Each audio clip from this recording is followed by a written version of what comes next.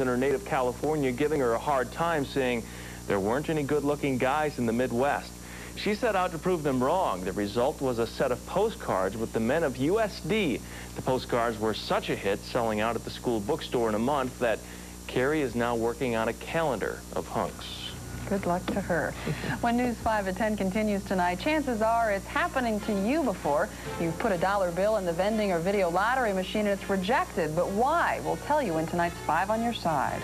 The graduating class from Henry makes its national television debut right here on NBC. And South Dakota tourism goes high-tech, allowing travelers a sneak peek at area hotspots with only the touch of a finger. We'll explain next on News 5 at 10.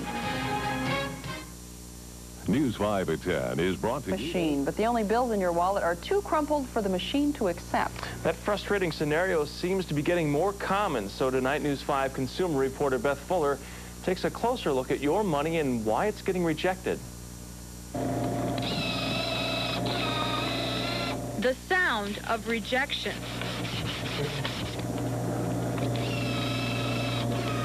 They are beat up, battered, and bent, and chances are, no matter how hard you try to bring them back to life, you'll still be out of luck.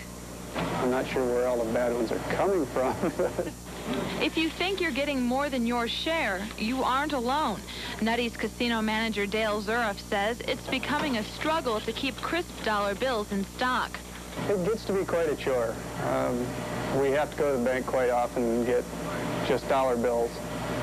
Just because there are so many bad ones.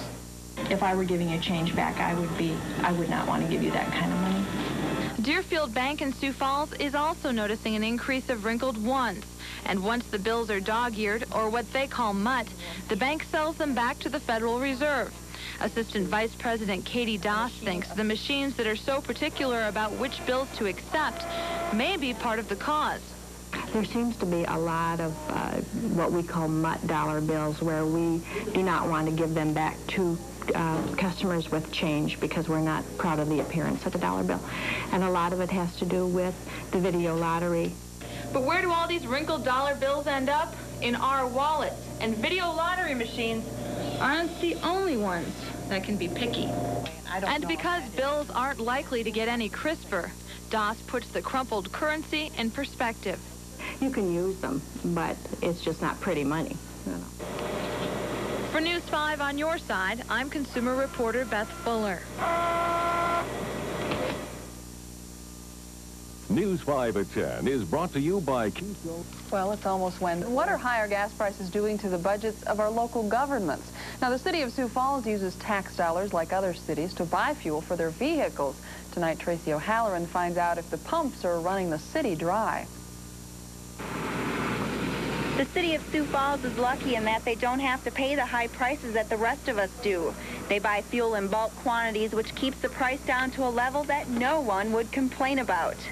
We are entitled to rebates, sales tax rebates, etc., from state and government. So actually our price is a lot less than what you people are seeing at the pumps.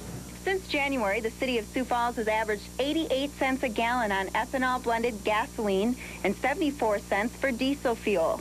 So how does that compare to what the city had budgeted for? This year we budgeted 90 cents for gasoline and 75 cents for diesel, so our average is still fairly below what we budgeted. So far, the city of Sioux Falls hasn't had any problems with money for fuel.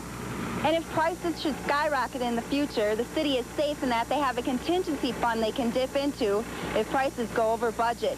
In Sioux Falls, Tracy O'Halloran, News 5.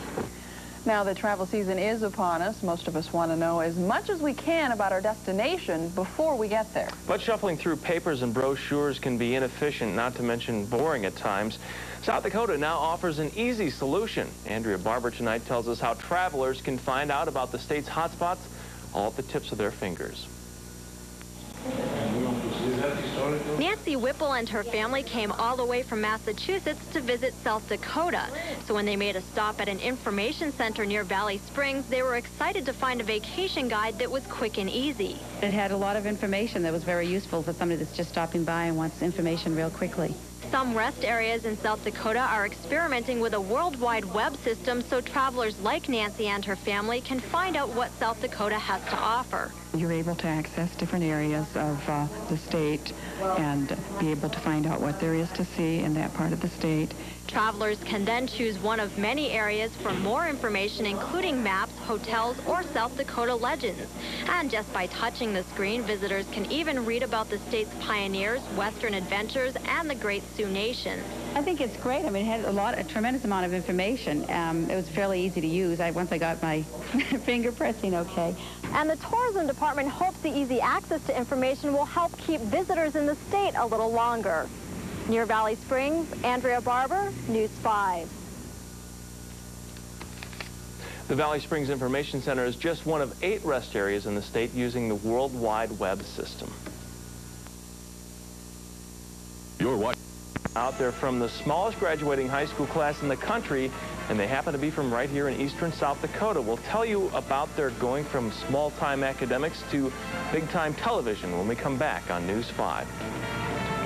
Time for their sales to accommodate more vendors and offer more parking. We'll explain tomorrow. Also watch some of our own help here at KDLT. Help out the American Cancer Society by bagging groceries at a local store. Tonight.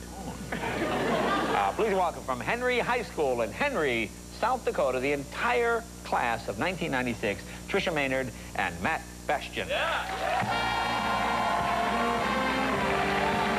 As you just said, Tricia Maynard and Matt Bastian of Henry, South Dakota are on The Tonight Show tonight right after News 5. The show was taped earlier today. Maynard and Bastian make up the entire senior class at Henry who just graduated. Now you can see the entire interview of the South Dakota graduates in just a few minutes right here on KDLT. Dakota and the music of Jewel.